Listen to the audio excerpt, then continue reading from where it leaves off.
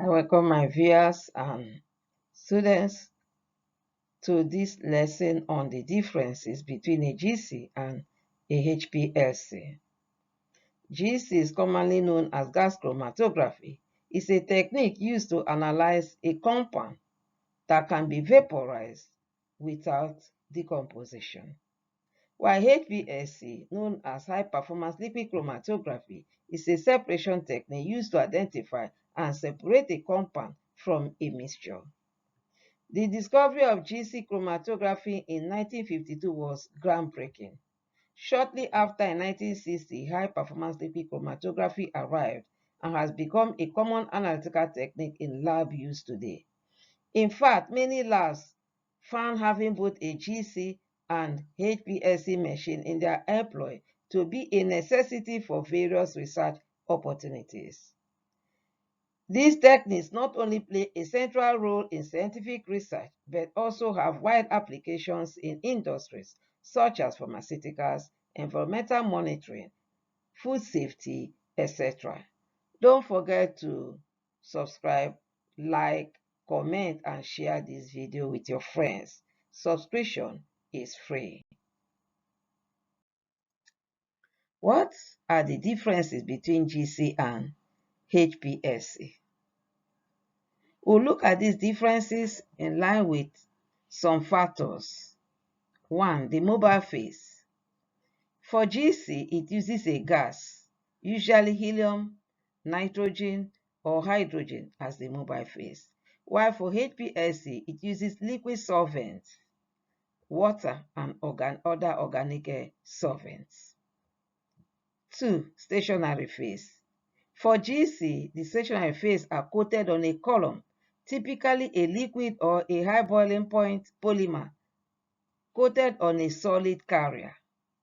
While for HPLC, the sample dissolved in the mobile phase is pushed through a chromatography column filled with a stationary phase by a high pressure pump.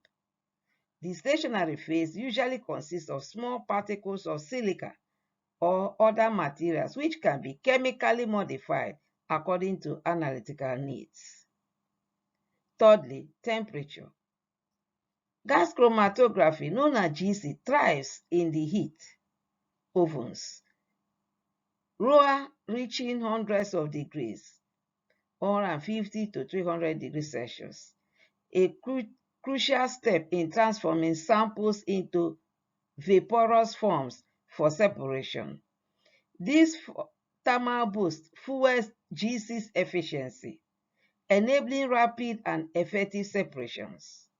However, this dependence on high temperatures restricts GC to analytes that can withstand the heat, limiting its versatility. For high-performance liquid chromatography, it operates at room temperature but relies on high pressure due to the elevated viscosity of the liquid mobile phase. The absence of heating during operation distinguishes HPLC from GC, highlighting the versatility of this technique and its applicability to a broader range of compounds. It is less destructive as it can be used in room temperature. 4. Analytes. The GC is suitable for volatile and thermal stable compounds and low boiling point compounds, hydrocarbons, and fragrances. However, this vaporization requirement restricts GC to a mere 15 to 20% of organic compounds, excluding high boiling, thermally sensitive, and ionic species. Unlike GC, HPLC analyzes samples in solution, dissolving them in a chosen liquid mobile phase. This eliminates the volatility and thermal limitations, opening the door to a vast array of analytes, large molecules, thermally fragile compounds, and even ions, nonpolar and polar substances, polymers, sugars, and proteins. This versatility empowers HPLC to reach a staggering 80 to 85% of the organic world. 5. Separation of mechanism. Separation is based on the volatility of the compounds, with more volatile compounds moving faster through the column for GC. While for HPLC, separation is based on the interaction of the compounds with the mobile and stationary phases, particularly their polarity. The variety of available liquid mobile phases expands the method's flexibility, allowing for tailored adjustments to achieve optimal separation conditions. Factors such as polarity and pH values become pivotal in determining separation outcomes. The different detectors used for GC and HPLC and their column size. The column size for GC, we use longer, narrower columns of about 100 meters, while for HPLC, we use shorter, wider columns, typically up to 30 cm in length. And then the detectors. In GC, flame ionization detectors are used. These are sensitive to organic compounds. They are widely used for hydrocarbon analysis. We also use the thermal conductivity detector, TCD. It detects changes in thermal conductivity, suitable for analyzing gases and volatile compounds. We also use the electron capture detector, ECD, highly sensitive to halogenated compounds, often used for environmental analysis. For the analysis of 1-bromopropane, methylene chloride, chloroform, etc. We can also use the mass spectrometry, which provides structural information useful to identifying unknown compounds. For HPLC, we can use the UV-vis detector, measures absorbance of UV or visible light, suitable for detecting compounds with chromophores. We can also use the refractive index detector, RI. This detects changes in refractive index, often used for analyzing sugars, polymers, and other non-UV absorbing compounds. We can also use the mass spectrometry, which provides structural information useful for identifying unknown compounds.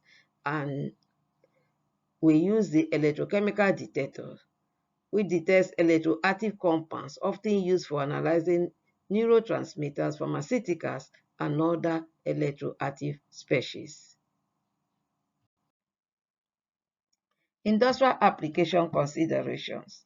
In environmental science, GC is often chosen for its high sensitivity in detecting volatile organic compounds. For example, in monitoring air pollutants or analyzing complex petroleum samples, GC's application provides irreplaceable value.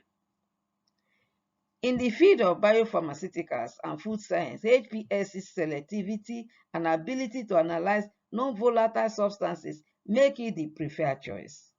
HPLC can handle a wide variety of analytical needs, from active pharmaceutical ingredients to food additives, and its ability to adapt to various sample types ensures broad applicability and high precision in analysis.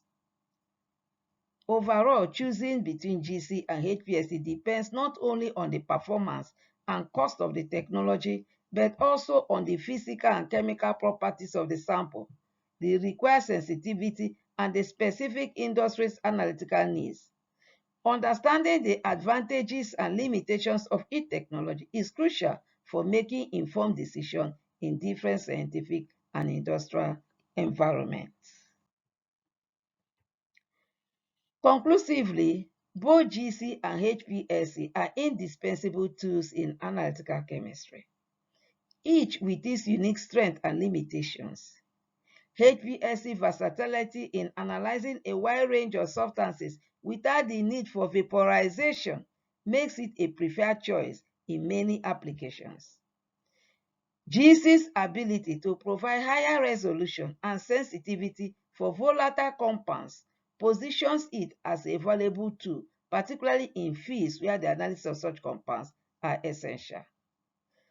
Understanding the differences between HPLC and GC allows scientists and researchers to choose the most suitable technique based on the nature of the analysis and the specific requirements of their analysis.